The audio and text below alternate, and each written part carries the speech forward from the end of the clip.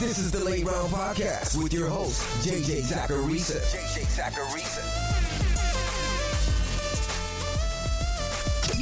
What's up, everyone? It's JJ Zacharisa, and in this episode 875 of the Late Round Fantasy Football Podcast, sponsored by Underdog Fantasy. Thanks for tuning in.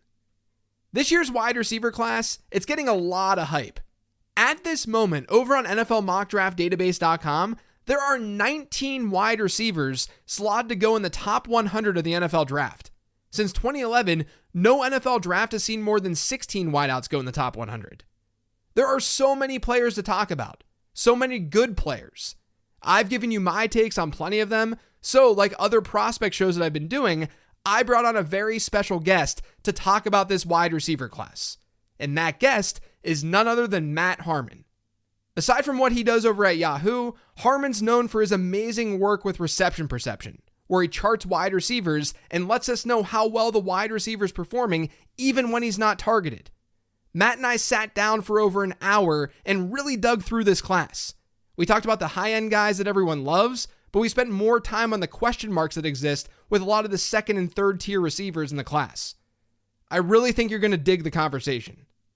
Now, before getting into the discussion, I want to remind you guys to check out Underdog Fantasy. A lot of the stuff that you'll hear between Matt and me, you can use that information to your advantage with your best ball drafts. And there are best ball drafts going on right now over on Underdog.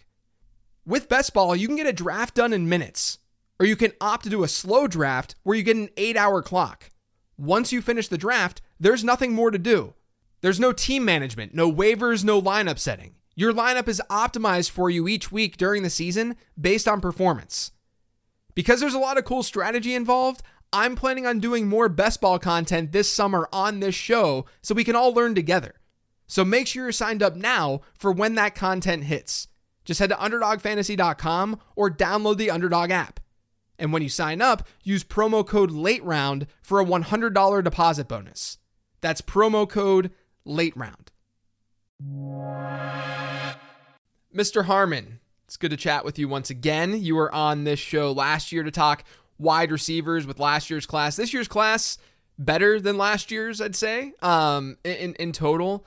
You do a lot of charting with wide receivers, whether they're in the NFL or with prospecting, and you do this through what you've deemed and called reception perception. For the people who have not consumed that, have no idea what reception perception is all about, which I'm sure there's not many of them, but can you sort of talk about why you started it and what it's all about?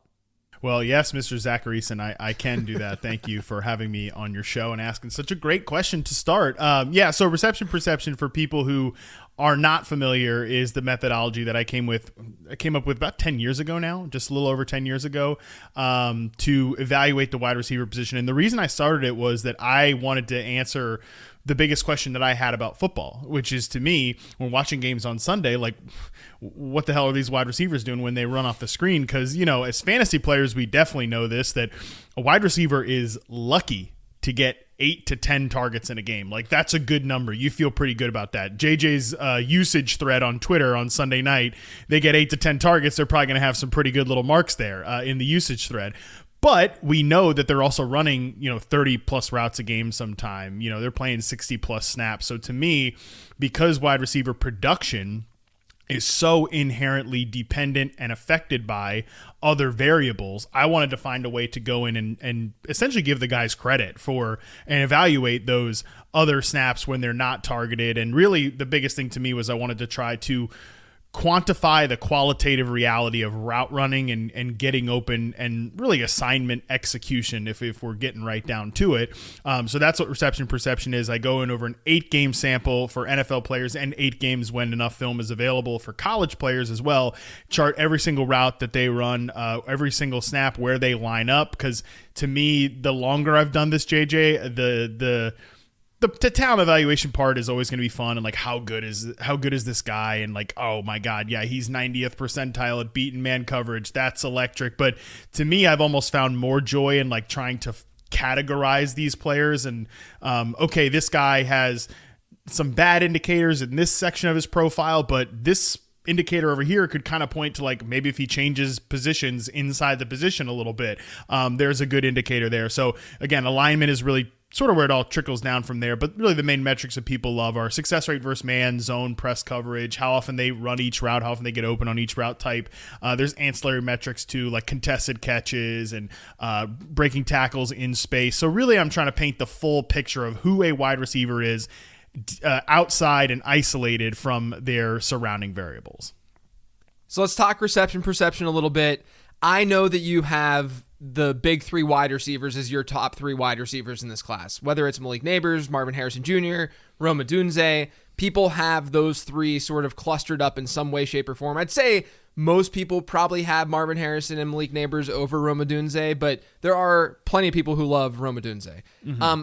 Instead of digging into those players and saying, what they're great at, what they're bad at, let's just say that they're very good. Okay. I want to ask you who you see as top comps for those guys, because I think it'll really allow people to see their differences between the three, and then also it's just fun to do comps. 100%. I did a series this year, a video series on Yahoo about comps, because I've sort of come all the way around on comps. When we first started doing this, JJ, and you were in it a little before I was, but you get into at the beginning of it's like, comps, man, that's like, let me highbrow comps. That's such surface level analysis, whatever. But the longer you spend around the game, especially like studying a specific position like this, I actually really like comps, especially because with reception perception, I have, like I said, 10 plus years now of data to really put, like, not even just like, a feeling based comp, but this guy actually aligns to this player in certain data points. And I know you have that with your model as well too, which makes it a pretty fun kind of comparison here when we're comparing comparisons. So I did the series on Yahoo that was aggressive and cautious comps for 5 of the prospects this year. So for the top 3, and yeah, I'm with you that all these guys are good. My one mission statement for this class is all 3 of these guys are in my stacked rankings from the last 4 draft classes. They're all tier 1 prospects. And because of that, if you like this guy over this guy, that's cool with me. Okay? Yeah. You like this guy over this other one?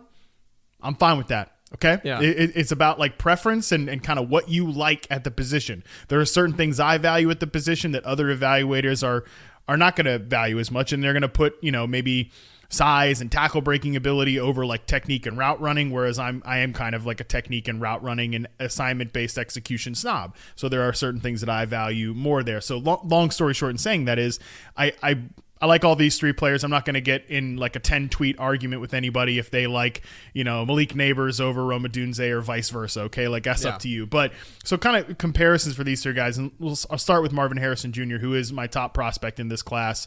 Had a strong debate back and forth between him and Rome Odunze as who's my best receiver in this class. I do think it's Marvin Harrison by just a touch for a couple different reasons we can get into. I think, from a aggressive comp perspective, he is very similar to an AJ Green with a little sprinkling of Julio Jones as well. Because I think Green is sort of the peak of that linear X receiver archetype where you kind of straight line player. You're going to line him up on the line of scrimmage, but he can give you a lot from an in-breaking route perspective. I do think that Marvin Harrison profiles very similar to Green at the NFL level, but I think because he did not test from an athleticism standpoint, the combine or pro day, it's almost like he's kind of gotten, we forget that he's a freak. He really is, when you watch him, like a freak show with the way he is so flexible and getting in and out of windows and working leverage against zone coverage. He's polished. He's weirdly polished for a college prospect, honestly. But I do think the high tier athleticism, and that's where that shade of Julio Jones also comes into it.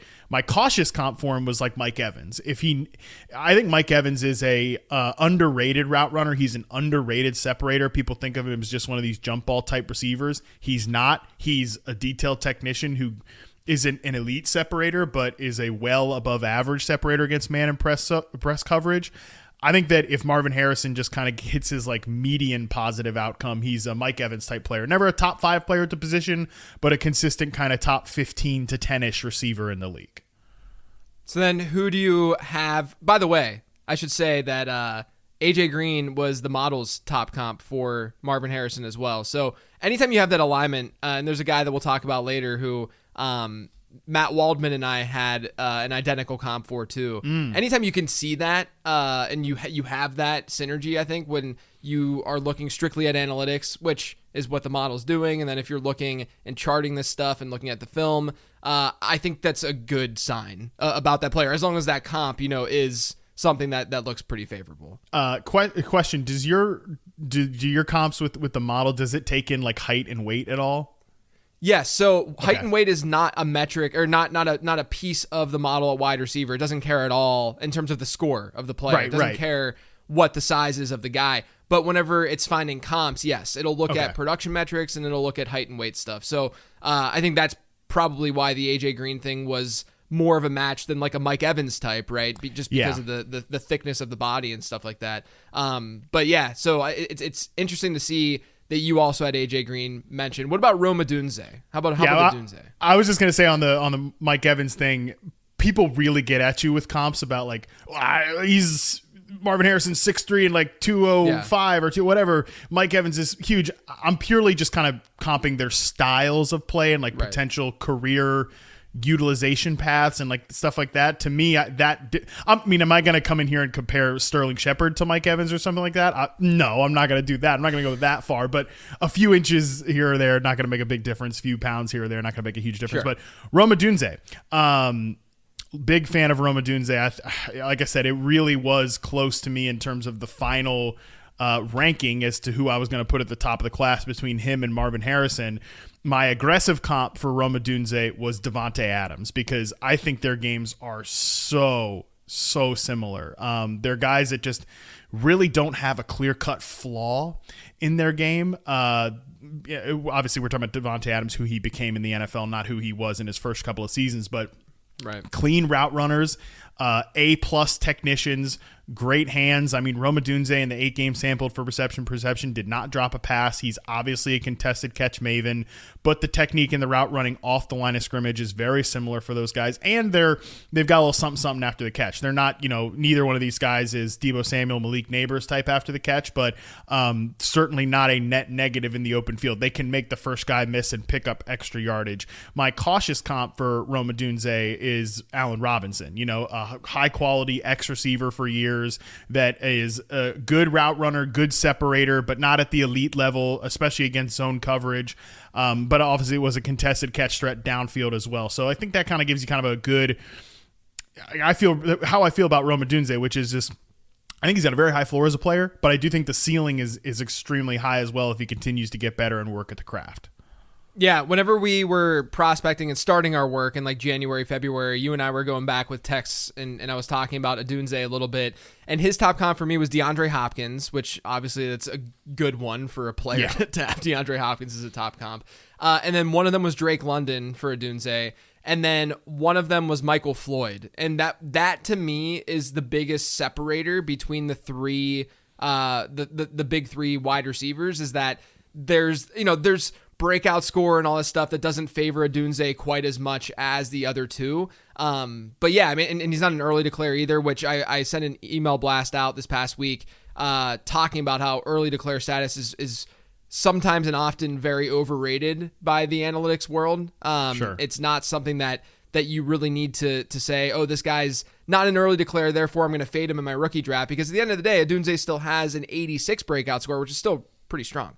But yeah, I do think that, just because there's that like small little Michael Floyd thing sitting there. But here's the thing, Matt, like I look back at like non-early declares or even early declare, like busts that happened in the first round. And I look at some of them and I'm like, you know what? Kendall Wright didn't have that bad of a profile, or, Michael Floyd didn't have that bad of a profile.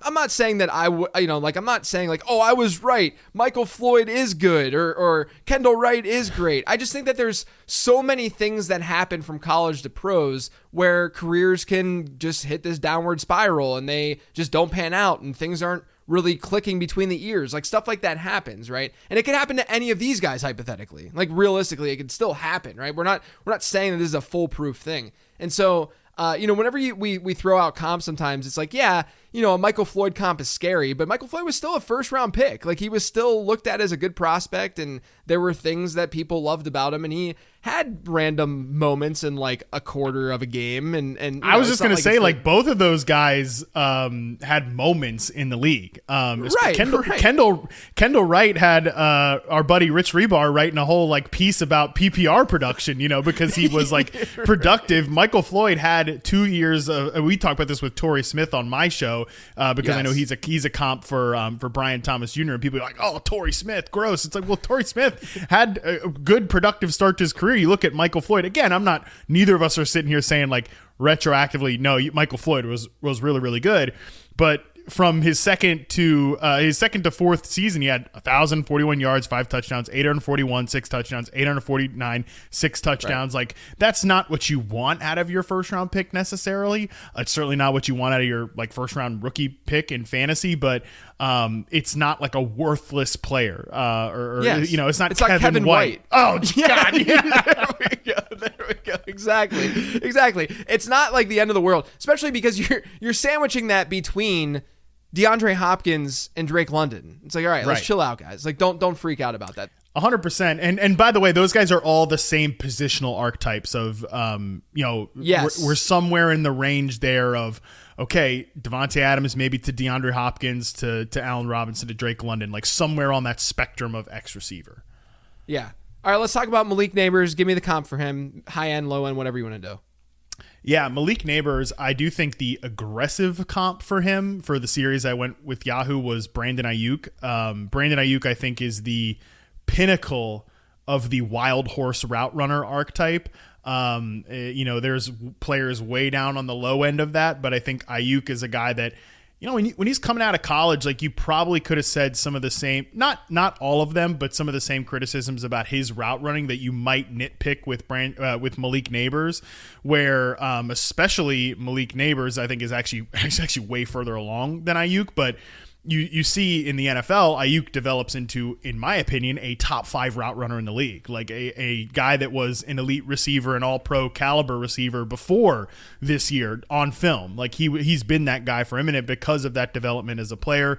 I think that's sort of the peak outcome for Malik Neighbors as he becomes a Brandon Ayuk level receiver, where we forget that Brandon Ayuk is like a freak show after the catch because we actually don't really care because he's developed into such a elite receiver before the ball arrives. And I think that's the ideal outcome for Malik Neighbors.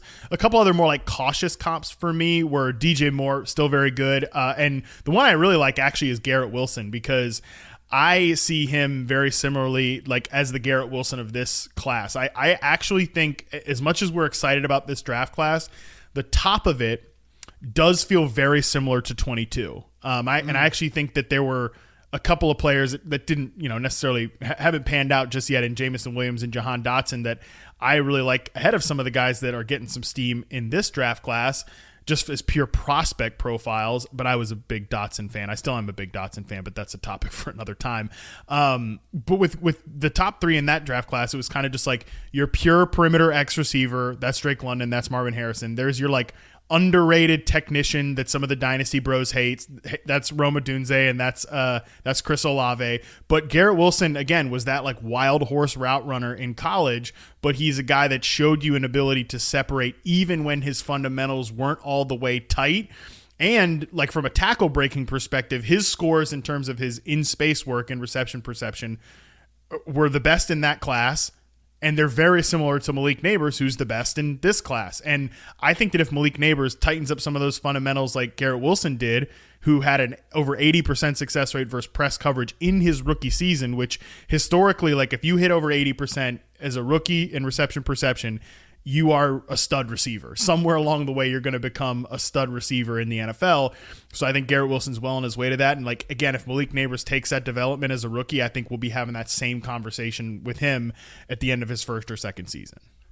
Yeah. My Tom comp for Neighbors was OBJ. And I don't know if that's necessarily, thinking about what you just said, what I've seen with Neighbors, I don't know if it's as stylistically apt as like a DJ Moore, because DJ Moore was another one for him. But yeah, I will say analytically, Neighbors just looks out of this world because of what happened last year. The reason why I have Harrison ahead of Neighbors is because Harrison has done this now for 2 years in totally different environments with different competition. I mean, like, you just should feel so good about Marvin Harrison Jr. as a prospect, right? Like the safety and ceiling is just there, whereas, you know, I still think the safety is there for Neighbors, but maybe it's just a little bit below where a Marvin Harrison is at. The wide receiver 4 consensus-wise right now looks like Brian Thomas. I don't know actually if you have him at wide receiver 4 or not, but are there any major concerns that you have with Thomas? Is it a very, very clear drop to Thomas or any of the other wide receivers after this big 3? Yeah, I actually do have Thomas at 4, and I kind of have him just a little bit, almost you could call it in no man's land, or you know, you could call it in its same tier between, like, there's a clear drop off to me from the top 3 to Thomas. I kind of think there's a drop off from Thomas to like the next group of guys who are more like end of round 1, early round 2 players. With Thomas, it's funny because he's this athletic freak show, right? So you think, oh, low floor, high ceiling player. I actually think these kind of guys give you a floor because I see him working out as a vertical threat and a big play threat in an offense if he's deployed correctly. I guess if we're talking about red flags for him as a player, this isn't necessarily a red flag, but it is an interesting note. Like 67.1% of his charted routes and reception perception were a slant, a 9 route, or a curl route. That is very stripped down. I do think that's going to require some flexibility from his next coaching staff in terms of how we deploy him early. But it's not too dissimilar. Like, we've seen this work out before. DK Metcalf actually in his rookie season, 67.4% of his routes were slant, curl, or 9 routes. So there is a path for these kind of guys. But what I like about Brian Thomas is that, yeah, you see the route running get better. He's only running a handful of routes, but he shows you some kind of glimpses of him being able to win on other routes. Overall, like, solid success rate versus man, solid success rate versus zone.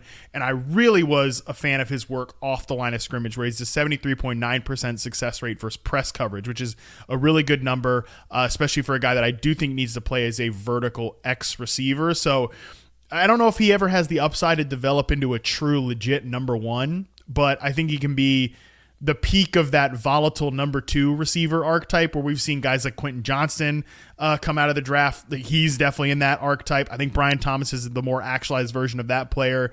And then the year before, Christian Watson was kind of in that archetype, and I think he's another step down from that type of player. So I think Brian Thomas I feel pretty good about him, even if I'm not 100% sure he ever becomes a number 1 like elite wide receiver, but I think he can be a very useful player in the league. Yeah, and from a fantasy perspective, even if he's not that true number 1, getting like a 27% target share in his offense, you would imagine pretty high ADOT, pretty high leverage situations that he's being targeted in.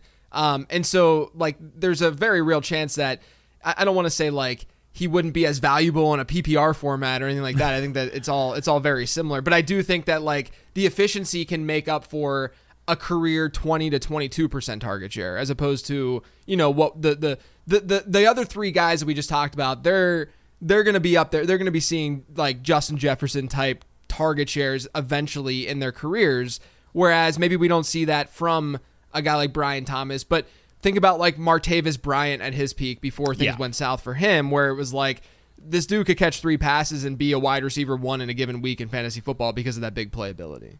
Not everybody has the stomach for that type of receiver in fantasy. I totally understand that, but I'm generally pretty open to volatility from a fantasy perspective. And honestly, from a real life perspective, if you have the right environment to stick a guy that I do think is going to be volatile in Brian Thomas, like, I think about the Colts as a potential landing spot for him.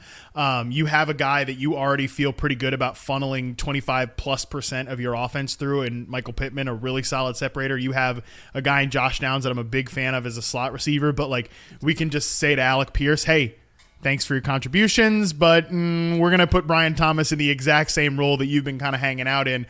I don't know if ultra patient Chris Ballard is going to want to give up on Alec Pierce that fast, but just like that's the type of environment I kind of want to see Thomas land in, so that not only can he be that volatile number 2 type for fantasy, he can also kind of be that volatile number 2 type for real life. But yeah, it's funny you bring up Martavis Bryant, who that was my cautious comp for Brian Thomas, because I do think the farther we get away from Martavis Bryant, like the myth of him as a player is a little more than what the reality was.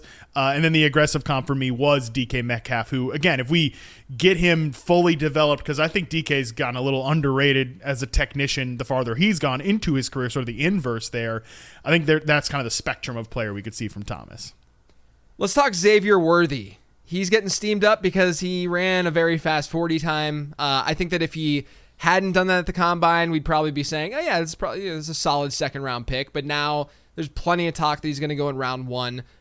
But at the same time, I'm obviously going to fade athleticism if that's going to impact draft capital or impact rookie draft capital too. Like that's very important. Like if the market's going to overstate athleticism and testing at wide receiver, I will fade that all day long. But at the same time, Xavier Worthy, really, really interesting production profile. The guy had an unbelievable freshman season, but there is some concern. He has the 3rd best breakout score in this class behind only Malik Neighbors and Marvin Harrison Jr. And so I do have some concerns, though, because after his freshman year, he had his best, most productive year from like a yards per team pass attempt standpoint and such.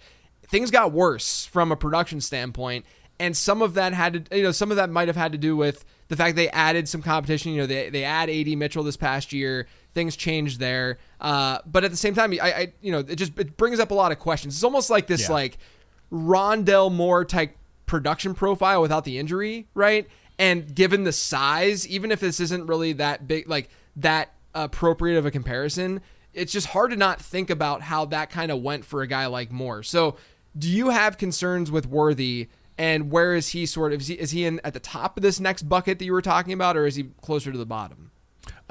Funny, first of all, like it brings up kind of the beginning point where I talk about like wide receiver productions dependent on other variables, like including your teammates, right? I was having this conversation with Charles McDonald the other day where people were like, yeah, why did Xavier Worthy get worse like the longer he played in college from a production standpoint? It's like, well, the last year they had like a legit other dude there, I wonder why. It just, of course, like he got a little bit worse, and that doesn't have to be a negative for Xavier Worthy. It just is kind of the reality of what was happening before and then what was happening in that final season. And I do think Xavier Worthy, like the elevator pitch here is just, I think he does more real wide receiver things better than some of the like certainly the Rondale Moore types or some of these other guys. When you look at like our buddy Scott Barrett posts the fastest 40 times from the combine and how those guys have translated in fantasy, you see names like Jerome Mathis in there, JJ Nelson and stuff, Dree Archer. Like, let me tell you what, Xavier Worthy.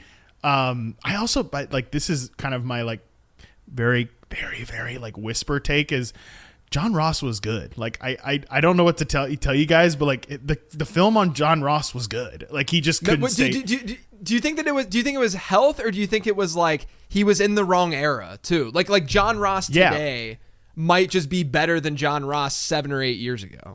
Well, he probably shouldn't have gone 9th overall regardless. I'm not saying the film was 9th overall. Like that already puts unfair expectations on you. But number one, he couldn't stay healthy. And number two, like, and that leads to sort of the wrap up point with Xavier Worthy is that even if you have concerns about him, and I do have concerns about him, we could talk about him. Even if you have concerns about him, like this is the best time for a player like this to be coming into the NFL. I definitely think that he could end up being in that, some people are going to call it the dreaded, like better in real life than fantasy bucket, just more useful to an NFL team than to a fantasy football team or a dynasty team. I think that's, if I had to bet on it, I'd bet that if he hits into that sort of bucket of players. But yeah, I do think Worthy shows you some legit route running chops. Like his success rate versus zone coverage is 80.7%. That's a 59th percentile mark, which is, by the way, like, I know this is confusing for people, but like, JJ's 59th percentile, because he's just got a lot more players from in his database than like what I'm charting, is a lot worse than my 59th percentile. Right. Shout out to my Discord. A lot of great people in there, a lot of smart people in there that really want to talk percentiles. We had a whole conversation about this from like a sample size perspective.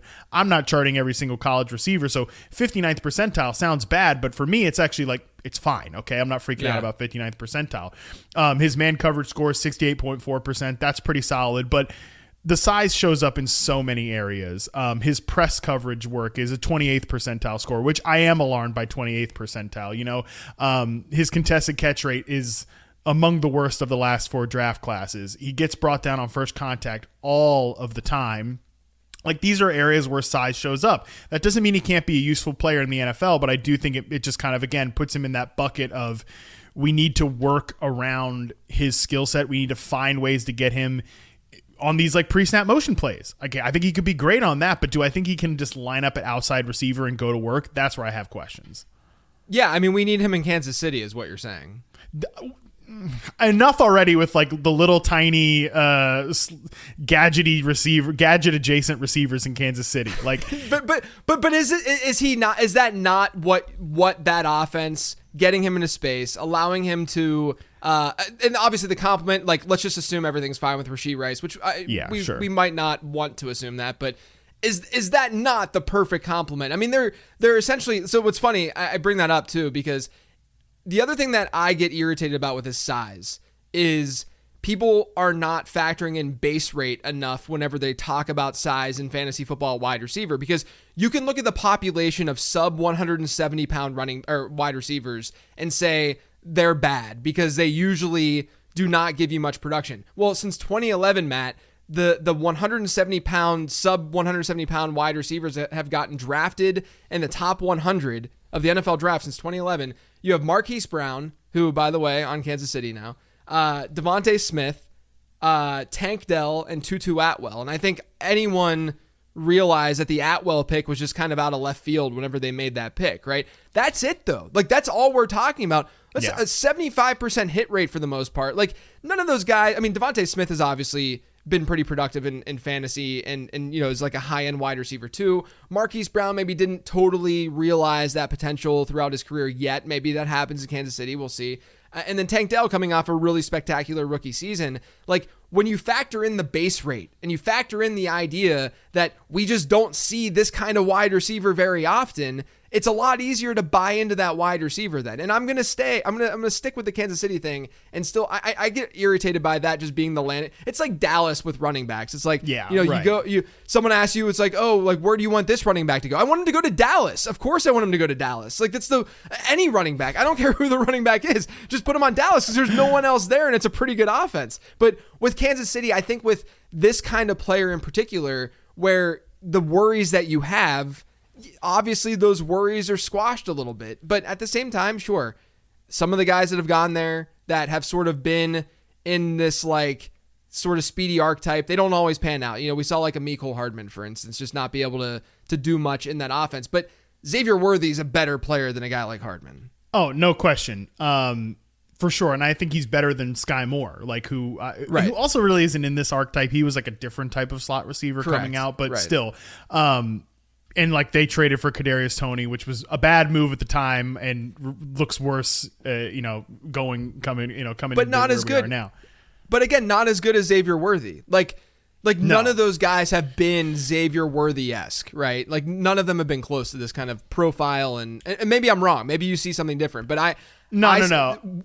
I actually have them all in the same bucket of pre-draft profile, like where I would rank them. I think they're all in the same tier to me, but they're very different players. But my only thing with the Kansas City thing, and this is like we don't have to stick long on this, but I just think that you get Worthy in there, and now we've got 3 guys that we need to work around, like based on who Rashee Rice was as a rookie. That's fair. Yeah, and maybe he grows and develops and blah blah blah, whatever. Who he was as a rookie, they took a guy that was playing outside boundary receiver, running go routes and curl routes at SMU, and took him and stuck him in the slot and like ran crossing routes and slant routes. And screens. I don't really want to do much more than that with him right now, based on who he is as a player. And like Marquise Brown's another guy that I'm trying to move him into the slot sometimes. I'm trying to play him off the line of scrimmage. And Xavier Worthy is. I mean, I actually think Marquise Brown's a really good comparison for Xavier Worthy. Somebody where we can yada the size, but the size shows up in the NFL with Marquise Brown. Doesn't mean he's not a good player. I like Marquise Brown, but I think he's like a strong number 2 receiver, and I think at best Xavier Worthy probably a strong number 2 receiver. So I'm overall pretty positive on Xavier Worthy. I think he's got a solid profile. But, kind of the long and short of it is just I do think he's going to have some limitations. I only push back on the Kansas City thing because, go get a real, outside X receiver and complete that room is where I'm at. I totally get that. I was thinking of that more from an isolated standpoint, right? Sure. Like Xavier Worthy, forget what's going on. I'm saying schematically, that's what would just be so brilliant for a player like Worthy. You make great points, though, because I'm with you with Rashee Rice. I've been talking about that on the show throughout the offseason, is that we just don't know yet about how that development might go. Again, off the field stuff aside, we just don't know how things are really going to move forward. And Marquise Brown is one of the comps that I have for Xavier Worthy analytically. But let's move on. Let's talk about Worthy's teammate this past year, Adonai Mitchell. I have many thoughts on Mitchell, so I'm very, very curious as to where you're at with him. Yeah, I actually like Mitchell a lot more than I like Xavier Worthy. I have him ranked higher. I think he's just...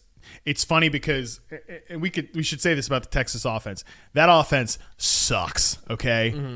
Good for college football, awful to watch on film. I mean, it's got all the check boxes of college offenses I don't like. We got a shaky quarterback.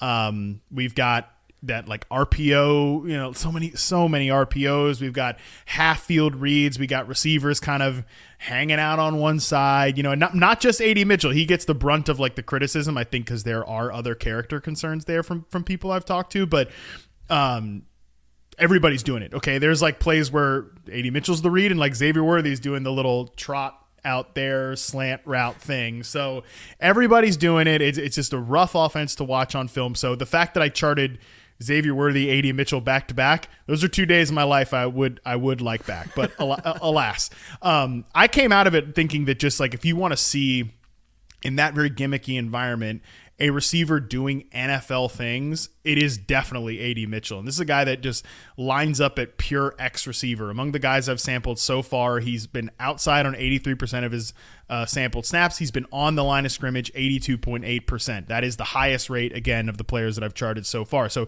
he fits pretty well in that X receiver archetype, alongside the guys we talked about at the top of the class. He's kind of that next player or 2 tiers from the top guys down from that. I think his route running is solid, man. He's very George Pickens-ish, where the zone coverage stuff is not where you want it.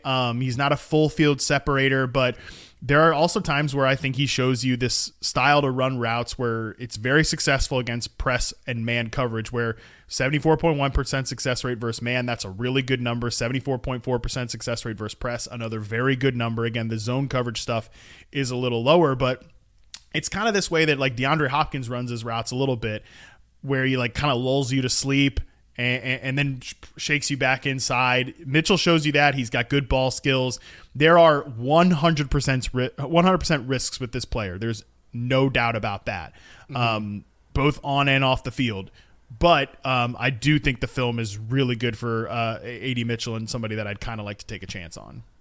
Yeah, I think that's the thing, is that I've been trying to wrap my head around with this class and with players like Mitchell and a guy we'll talk about in a second, and Keon Coleman, is you have this big three where it's really hard to poke holes in their games, right? And then you get to Brian Thomas, there's some things, but still a very complete prospect for the most part. There's a lot to I should say.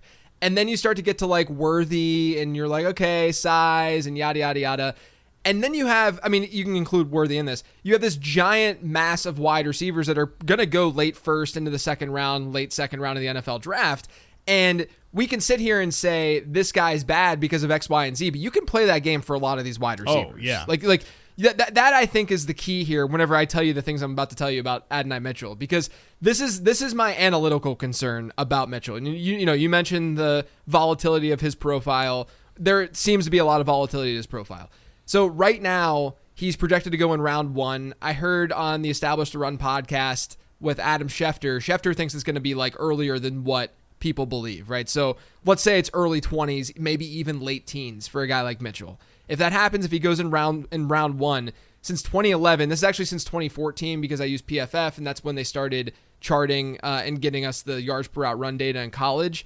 He would have the worst yards per route run of any first round wide receiver and in their best season, so best season yards per route run of any first round wide receiver since 2014.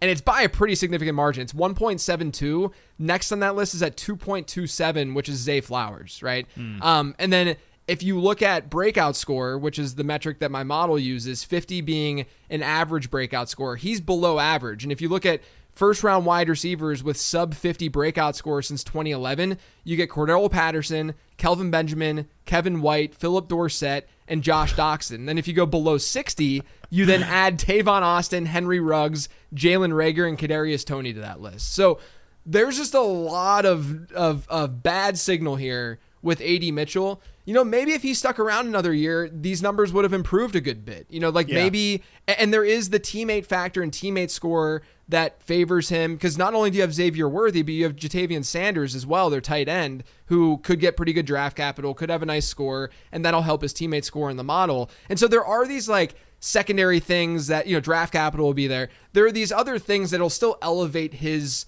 score to some degree, but I'm in full agreement at the very least. You like him more than I do, but I'm in agreement that this is at least a very volatile profile. Yeah, and this is where I think, me, I'm not one of these knuckleheads. This is okay, thanks for all that. Trust the film. Because by the way, the film has questions too. He's not a clean prospect from a profile standpoint. If he fails because of things he's simply doing on the field, that would show up in certain areas of reception perception. Like I said, we're talking about a success rate versus zone coverage at the 31st percentile. Yeah, the man press stuff is really good, but again, that could end up putting him in that boom bust X receiver type profile, like a George Pickens type. And I know George Pickens end of season numbers look really good from his second season. Anybody who rostered George Pickens in fantasy knows that was not an enjoyable ride from start to finish. So and I think Pickens is actually one of the higher ends of that range of outcomes in terms of those X receivers. But when we're in, I think when you hear something like the yards per route run there, it's worth kind of almost picturing it of a pie chart of blame, because like I said, wide receiver production is dependent on outside variables. What do we split up in terms of that pie chart of blame for why Mitchell is down there? Right. He shares part of that blame. There is no question about that. He's not at 0%. His pie is not this tiny sliver. Okay. He's got to take a helping himself. But I also look at just if you're telling me, if you stick Xavier Worthy's route charts, forget who's good, who's better, whatever.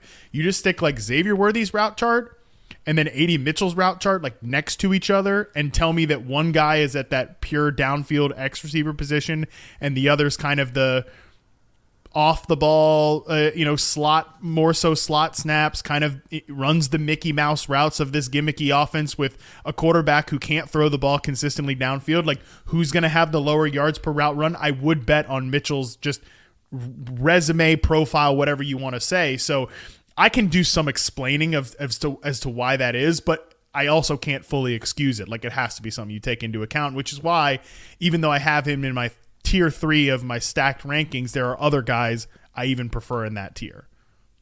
Another guy who sort of has a volatile profile is Keon Coleman. For me, he had a slightly better breakout score than Mitchell. He has a decent teammate score because not only is Johnny Wilson's been getting some steam recently, out of that same offense, but Johnny Wilson actually had better per route run and yards per team pass attempt numbers than Keon Coleman this past. Do I have to chart? Do I have to chart Johnny Wilson? You should, because when I did his profile for the prospect guide, I was maybe he'll move to tight end because he's 200. He's this massive dude, right?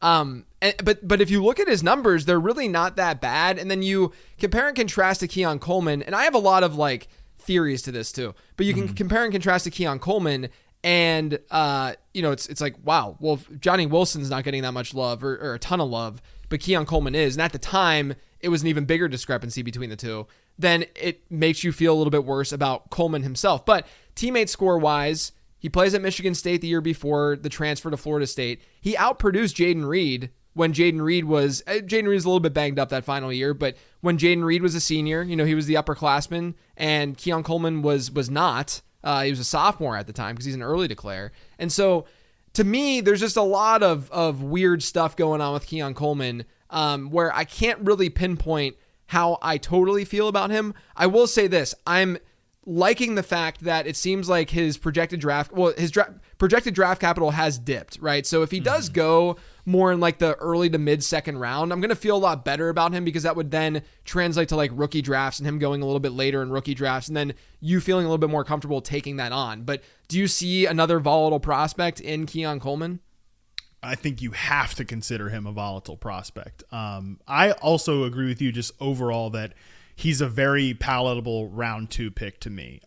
He's not a guy that just because here's the difficult part about what we do, right? Where we are talking like about players in a vacuum. We're talking about players and how they would apply theoretically to all 32 teams, right? Like I'm ranking Keon Coleman as wide receiver 10 or something in that range. I still have a few guys to add, whatever, but he's not going to be a top 5 or certainly not going to be a top 6 or 7 player for me. He's going to be somewhere below that.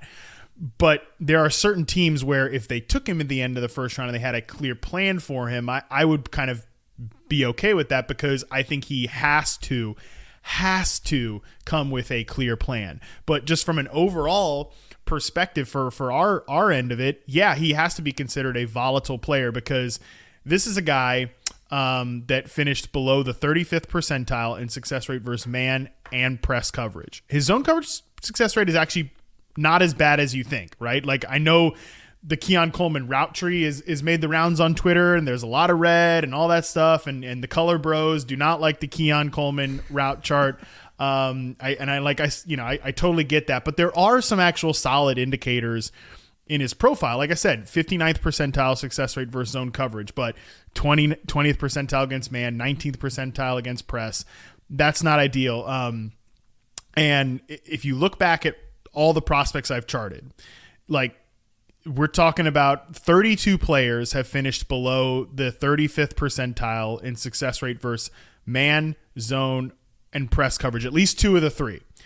Keon Coleman obviously finishes below 2 of the 3. There are some that are below all 3, but he's at least just 2 of the 3. So 32 players total have qualified there among the guys I've charted. Among those 32 players, I mean, it's a lot of rough names. Okay, so it's a lot of like, do you remember Amara Darboh? Do you remember, right. There's Dante Pettis. So there's kind of like a lot of players that flamed out. There's a lot of guys that are just bottom of the depth chart type players.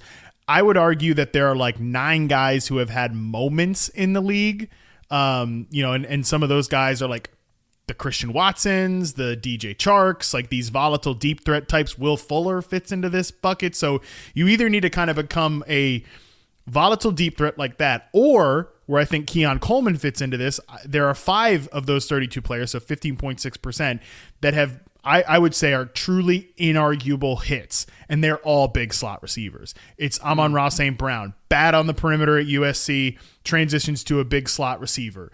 There's Cooper Kupp, who was really good against zone coverage, but not as great against man and press in college. And honestly, early in his career in the NFL, he struggled beating man press coverage before he's kind of gotten to the Cooper Kupp we know now. Again, he's that big slot receiver. Juju Smith-Schuster, bad on the perimeter at USC, big slot receiver. Tyler Boyd, he's a big slot receiver. That's Rashee Rice. He's the one from last year that's below all 3.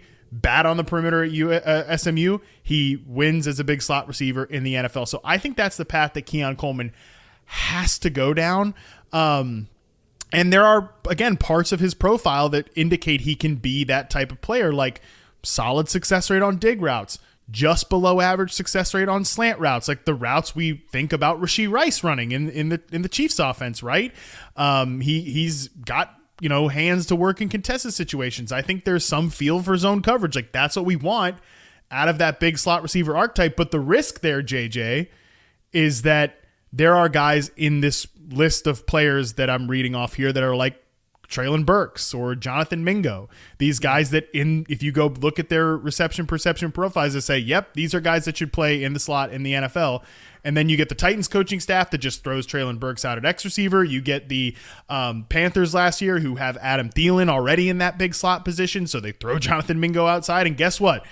It don't work. So like that's where Keon Coleman right now before the draft is like risky to talk about, because there's just a chance that like the next coaching staff he gets drafted to does not agree with this analysis and does not like wants to put him out on the perimeter and win jump balls.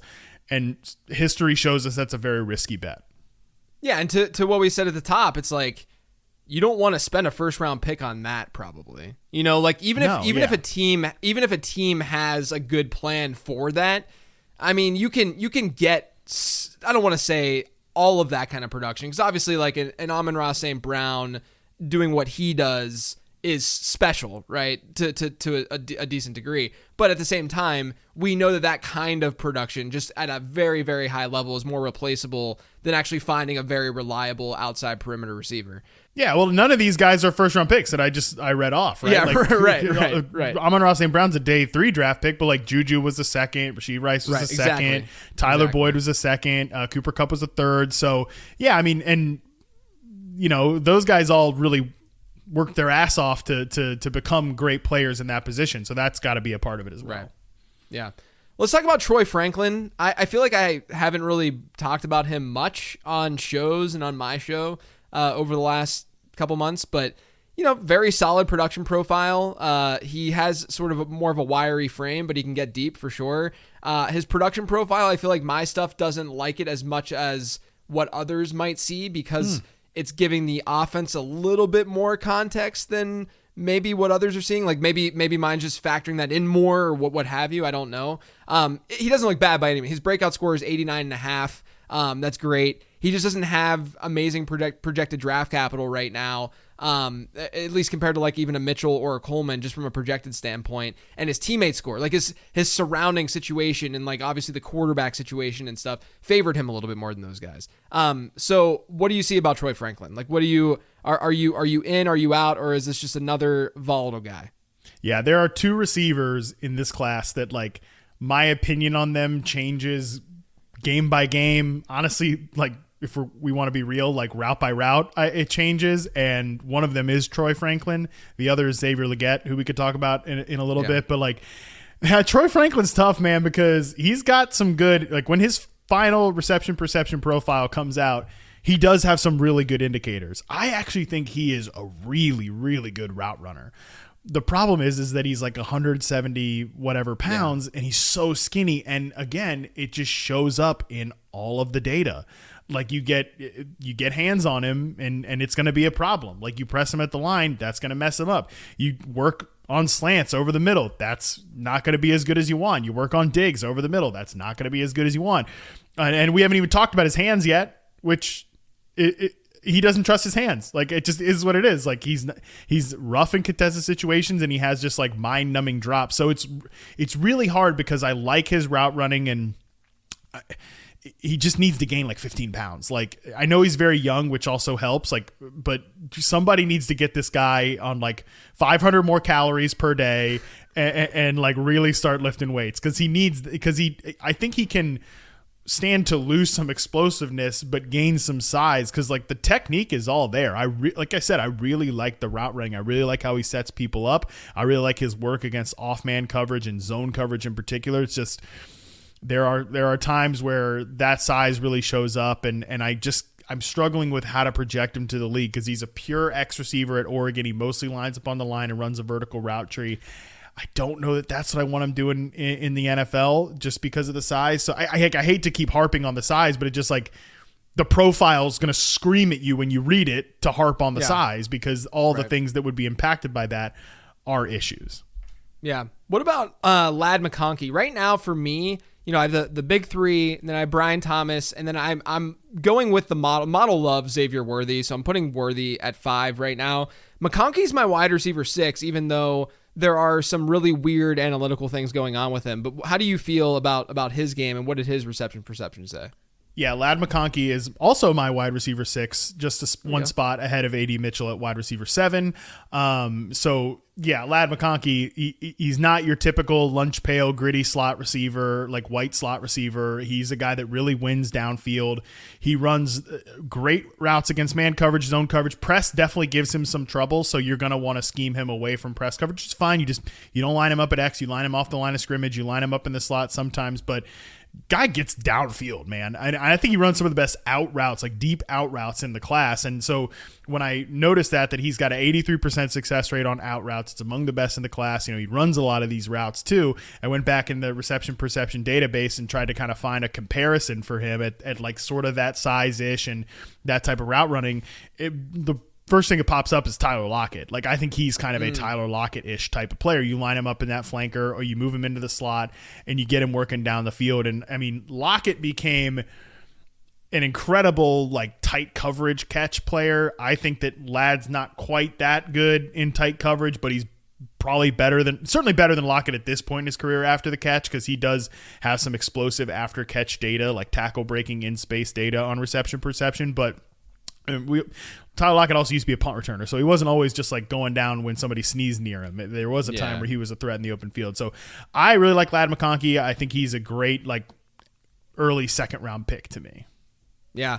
You mentioned Xavier Legette, probably the weirdest production profile in the history of the game, if we're being honest. I mean, the fact that he did literally, like, I don't want to say nothing because he caught some passes, but he basically did nothing production-wise for the first 4 years at South Carolina. And then last year, everything came together, and it wasn't just like, oh, yeah, he had a pretty good season. Like, he balled out production-wise in 2023. How are you feeling about Legette? Is this... Are you grouping him with the Coleman, A.D. Mitchell, bigger bodied, let's just see what kind of happens, DK Metcalf type archetype? Obviously, Keon Coleman might not be that, but like an A.D. Mitchell would. But are you grouping him that way, or is there a little bit more stability there? Yeah, I mean, I like Mitchell better than both Coleman and Xavier Legette, and I think I like Coleman better than I like Xavier Legette, but I wanted to go in here and find like a true X receiver that could be like an AJ Brown type, but it's just not there. Like his route running is not there. His ability to beat press man is not there. I think he's going to be a guy that you have to cater his alignment. I think he's going to be a guy that you have to play off the line. You're going to need to work with him a little bit. That being said, like he is really interesting on certain in-breaking routes. I do think he's a load after the catch. He shows a pretty good understanding working underneath against zone coverage. So, like, again, he's another guy that I could sit here and kind of talk out of both sides of my mouth, which makes me think he's probably more of just like a third round player, like a guy that should go in the third round. Like, I see people want to put him to the Bills at 28, and that scares the hell out of me. Like, I don't know about that. I mean, I think that he could end up working out, but the bottom line is that he's a developmental player still at the collegiate level. I think there was rockiness in his play in college, and he's 23 years old. Like, how much of it, I never like to do this, but like how much of it is just the fact that he's bigger than everybody, like, and he's older than everybody. And, you don't have to win with nuance. And then you get to the NFL and like, you're still not winning with nuance, but these are other like grown men around you. I don't know. I do worry about that a little bit with him. Yeah, he definitely has not the best profile overall, but the one thing that I do want to say and shout out there is that, breakout score, the metric that I created this offseason, it's definitely going to favor, guys who produced at a young age, like Xavier Worthy, having the freshman season that he had. But at the same time, if a player like Legette, he's still, to be fair, he played 5 years, but he's still just a little over 23. Like, he could have easily been closer to 24 years old than he actually is. But with Legette, he had such an elite 2023 that his breakout score is actually a little bit over 75. It's almost to 80. And so because that season was so good, and what's really interesting is that when you look at top 100 picks, assuming he goes in the top 100, which I think is probably a good bet at this point. Yeah, for sure.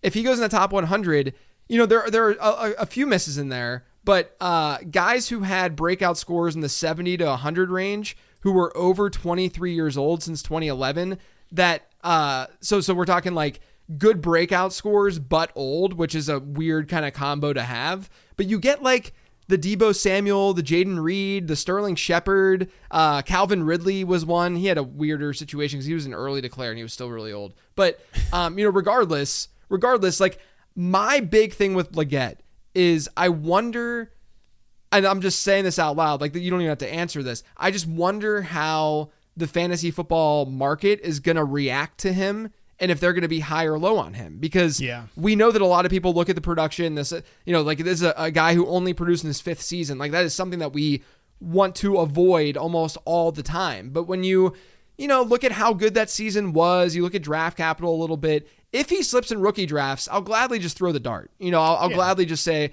let's just see if this translates to some degree. But if he doesn't, then that's where the fear would come into play. Totally. And I don't think anybody is really Deebo Samuel. That being said, I do think some of his reception perception like indicators will look Deebo-ish, where he's not Deebo after the catch. Like nobody is Deebo after the catch, but he's pretty explosive in space, and he does some real receiver stuff. He's not really like a Jonathan Mingo type where, I mean, Mingo only had that one season and it wasn't anywhere close to as good as what Xavier Legette did, but he has a much better understanding, I think, of zone coverage. So he's another guy that just like I've kind of had to change my opinion, not my opinion, but just how I'm viewing him, because I thought like, okay, he's going to be in this bucket with the top three guys, well, not Malik Neighbors, but like Harrison and Odunze and then Brian Thomas and A.D. Mitchell, and like he's maybe that next X receiver. I don't think he is. I do think he's a guy you're going to have to cater a role to. So you just brought up Deebo Samuel, so I guess I'll just talk about Malachi Corley, because he is getting a decent amount of love, potential second round pick. We'll see. The thing for me is that, smaller school guy, his production really wasn't very good at all. Even, I understand he had a bunch of screens and a bunch of targets behind the line of scrimmage and such, and they tried to kind of use him in that like kind of Deebo-esque role in college. But to me, there was a very, very, very clear Amari Rodgers comp for Malachi Corley, who was another player who was, this is the next Deebo Samuel, right? And I talked about this with Matt Waldman a little bit. He gave his take on Corley. And I want to ask you the same question. Do you see Corley as a gadget player at the next level, or do you see him really becoming a legit threat? I definitely feel better about him being a real receiver than I did like Rondale Moore. Or Amari Rodgers, for God's sakes. That's tough. Because when you say Amari Rodgers, I immediately am like, yeah, I can kind of see that, and that's the same reaction that Waldman had on the show too. Yeah. Where it was like, and it's funny, I say this on every show that I do where I bring this comp up, and I say, go right now, if you don't believe me, go right now, go to Twitter or Google and just search Amari Rodgers, Deebo Samuel, and there are articles and tweets about that comp. The not to pat our own backs here about Jaden Reed, but shout out to us for Jaden Reed. But like the funny thing about the Packers is that they have been trying to like weaponize their motion packages for years. They've been trying to weaponize the pre-snap motion stuff for so long. So they had I can't remember the player, and I'm embarrassed that I can't, because I should remember every random wide receiver ever. But I think there was like a player before Amari Rodgers that they were using on these like pre-snap motion plays. It's like, that's just like eye candy. Nobody believes that's going to be a thing. So they're like, all right, let's take Amari Rodgers and maybe he can be that guy. And then like, well, that didn't work out. And then they finally took Jaden Reed, who is the weaponized player on those right. So you have to get a real receiver on the other end of those pre-snap motion plays to really get a defense to pucker up a little bit. So on the spectrum of like Jaden Reed to Amari Rodgers, I think Malachi Corley is a little closer to like the Amari Rodgers than he is to the Jaden Reed, for sure, who I actually think Jaden Reed can do a lot more than some of the gimmicky stuff. I said, he is a real receiver, but I've just been kind of like there. I just feel like there's a Malachi Corley now in every draft, and like I like Malik Washington better than I like Malachi Corley. And he's not in that same. He's not the same like Yak King tackle breaker, whatever. He's got a good brand for himself. Does Malachi Corley? And I there are certain offenses where I think that player can work out, but I do have questions about the real receiver stuff, I guess. Yeah, look, Corley's got that dog in him for sure. Like when you watch him play, it's crazy. But at the same time, you have to also give that college context in the program that he's playing at. Like he's not playing it in the SEC, right? So it's going to be a little bit easier to kind of accumulate and do what he's doing.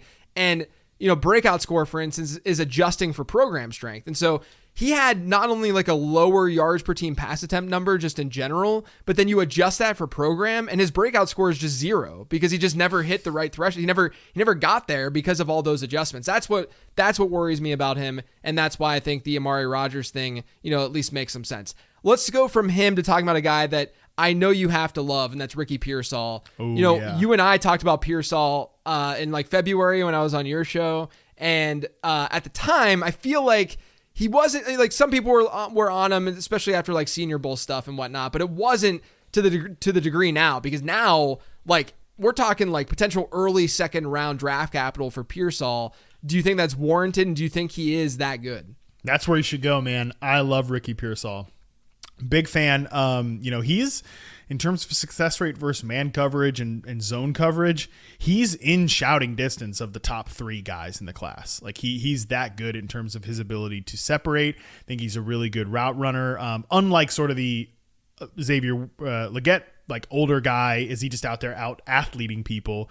Like Ricky Pearsall is doing it with route running and technique and setting guys up. And I'm such a fan of him as a player. I have him ranked really high. I have him as my wide receiver 5 in the class. Nice. I love the way he wins as a route runner. I think he can play all 3 positions. That's the really cool part about his film, is you get some glimpses of him playing at X. You get some glimpses of him playing off the ball at flanker outside and in the slot. And I think kind of where he ends up is probably more as a flanker slot receiver, but the fact that he can beat man coverage, and his press coverage is like it's the lowest of the 3, but it's still in a solid range. It's like just a bit above average, so that's fine. Yeah, I'm a big fan of Ricky Pearsall, man. I think he's gonna be a good player.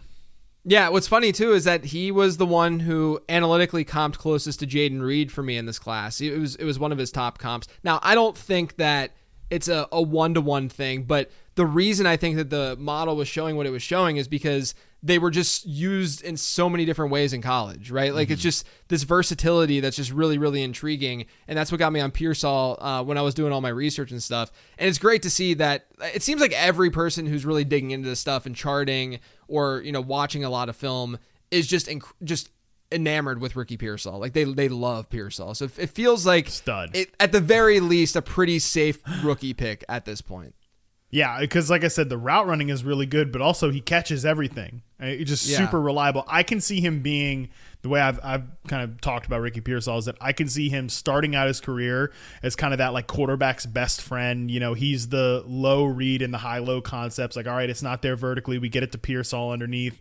But I can then see his skill set expanding to being a guy that gets earns 120 targets. I would love to see him land with a team like Pittsburgh that just needs like a real separator. I mean, from a fantasy perspective, I don't really want anybody to go to Pittsburgh, but still, like theoretically, a team that just kind of needs that reliable second receiver, or a team that is like the Eagles, where they need a 3 and maybe they're in a contract squeeze at some point. I just think there's a lot of room for him to kind of develop and grow in the league. All right, we've talked about a lot of wide receivers.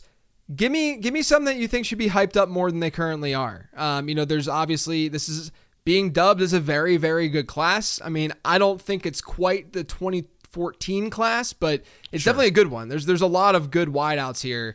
Who are some guys that you think we should all at least be thinking of during draft time? And I should add, Matt, that when I asked this exact same question last year, you actually mentioned, you might not even remember this, you mentioned Puka Nacua as an answer to this question. But at the time, no one knew how to pronounce his name. So if you go back and listen, I think we both just we're just like, oh yeah, cool. Like, I don't even remember how we said it. But yeah, you mentioned Puka Nacua, so big ups for that. But are there any other wide receivers in this class that just tell us who is going to have a historic wide receiver season during their rookie season this year? Yeah, no pressure. Actually, I'll say this on this show because it's funny. I saw the Yahoo fantasy account just tweeted out a clip from one of my most recent podcasts, and when I was talking up Malik Washington, saying like, is Malik Washington the next Puka Nacua? And I literally quote tweeted like, no, probably not, but I like the player. Low expectations from my own company. I do appreciate that. Very realistic there. I was going to ask you why you didn't clip we're supposed to be friends. Like, why didn't you clip the Puka and send that out for me? But I guess if we butchered it, like we're kind of trying to pronounce his name, maybe it didn't look that good for us. I think it was like a Nakau or something like that instead of the Nakua. But yeah, I mean, you brought him up, man. You did it. I wish I had ended up ranking him higher, to be honest, because his profile was awesome. But anyways, this year I do think Malik Washington is a guy I really like.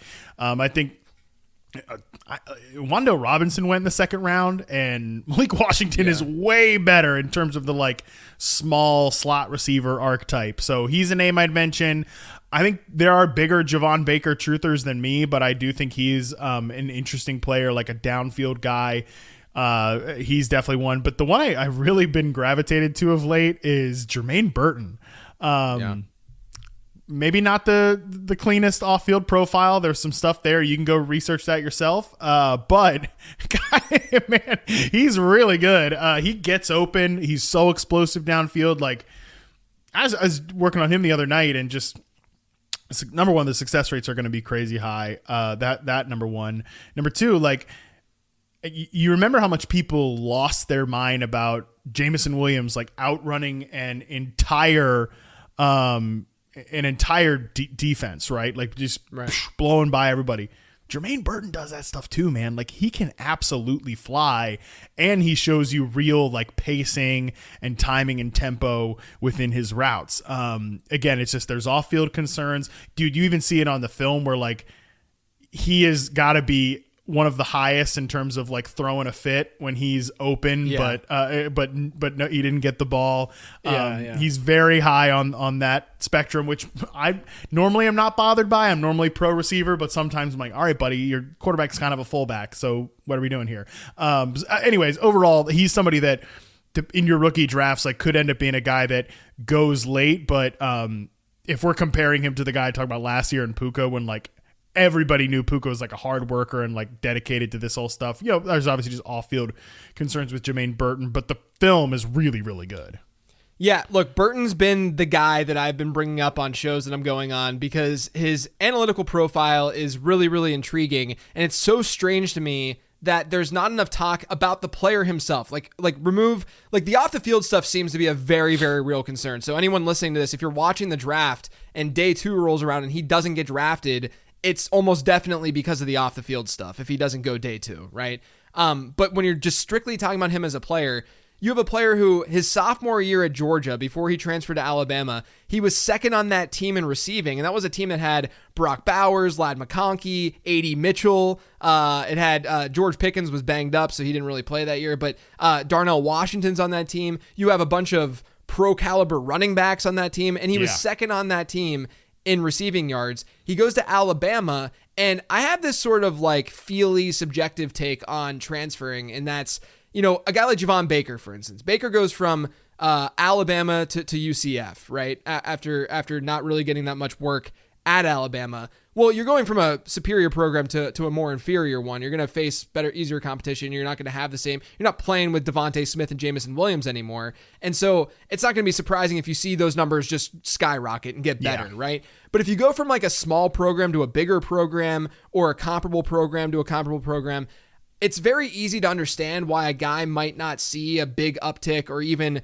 maintain his production, right? Like I keep saying this, but like think about if you, Matt, transferred colleges or something, and like things would be different, and you might not necessarily have it all together that first year that you're there, and you might then just need a little time to get acclimated, and then once you get acclimated, things look a lot better. And that's sort of what you see with Jermaine Burton's profile, where he first gets to Alabama, junior season, not like amazing, but his senior season was really, really solid. And it's so strange that even in the fantasy space, you get a guy who went to Georgia and Alabama and people don't even really care. Like it's just strange to me that he's just not getting more hype. And maybe that's just all because of the off the field stuff. But at the same time, it just feels like he's a very, very strong prospect. Did you have a comp for him by chance? Like, was there a player that popped to mind, or, I mean, you don't have to come up with one on the spot. How about I'll do this? Or do you want to throw one out there? You go ahead. Yeah, you go ahead. Okay. So I asked Matt Waldman this, and this is the guy that he came up with the comp. He told me the comp, and it was one of the comps in the model, and that's Robert Woods, guy who can kind of play everywhere, can get deep. I will say though that analytically, I do think that there's a little bit more verticality to Jermaine Burton's game than maybe a Robert Woods.